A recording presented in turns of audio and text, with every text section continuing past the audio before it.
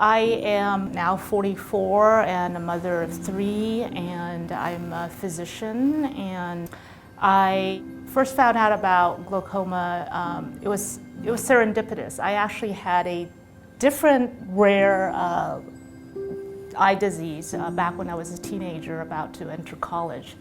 And through monitoring of that particular problem, they noticed my pressures going up. And so by the time I was 21, I was given a diagnosis of glaucoma.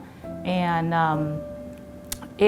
for the first, I would say, 4 years, it was controlled simply on 1 drop alone and just very infrequent visits to the eye doctor. And then for some reason, something went out of control and I started losing significant vision in the left eye and started requiring surgeries. One surgery led to another, not because of any complications, but because the visual field continued to be affected. So I ended up having trabeculectomies and devices placed in the eye. And through all of this, I have to say that from just having a wonderful doctor who's very thoughtful and just thinks outside the box and thinks of every possibility, I've managed to have my vision preserved pretty well. I would say how glaucoma has affected me. I was very, very scared initially because when I was 21, I was told, by the time you're 50, you're going to be blind.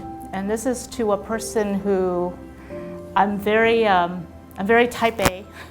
I do a lot, and I had a lot of things I still needed to do in my life, college, medical school, and so I was concerned that I would not be able to accomplish any of that.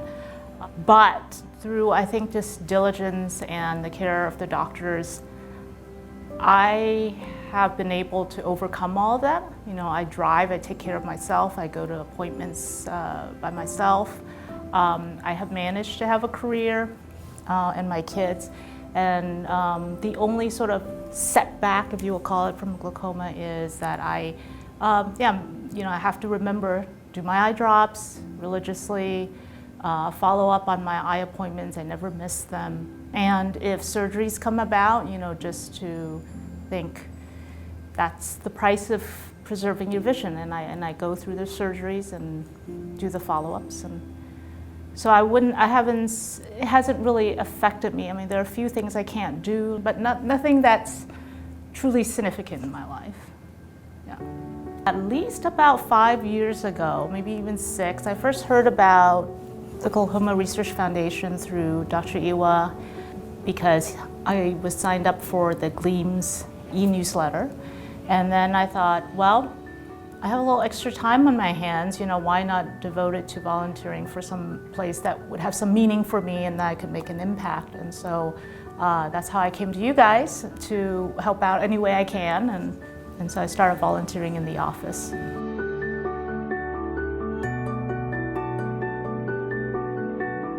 I would say that I wish they knew that it could affect anybody at any age and not to take their eyes for granted.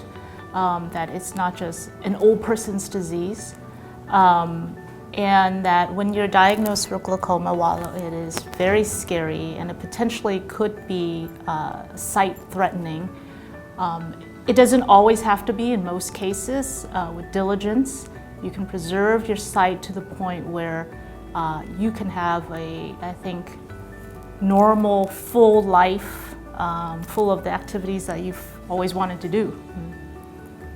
I think because, glaucoma is one of the leading causes of blindness, not just in the US, but I believe worldwide. And a lot of people don't know they have the disease until it has caused significant vision loss.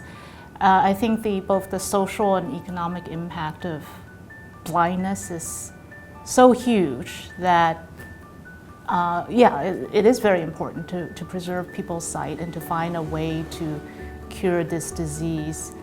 And then just on a personal level, knowing that I think genetics plays a huge factor in glaucoma.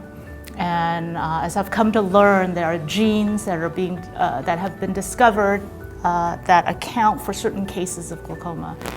So I'm worried for my own children, and I would love for there to be a cure so that I never have to wonder what's going to happen with their own futures.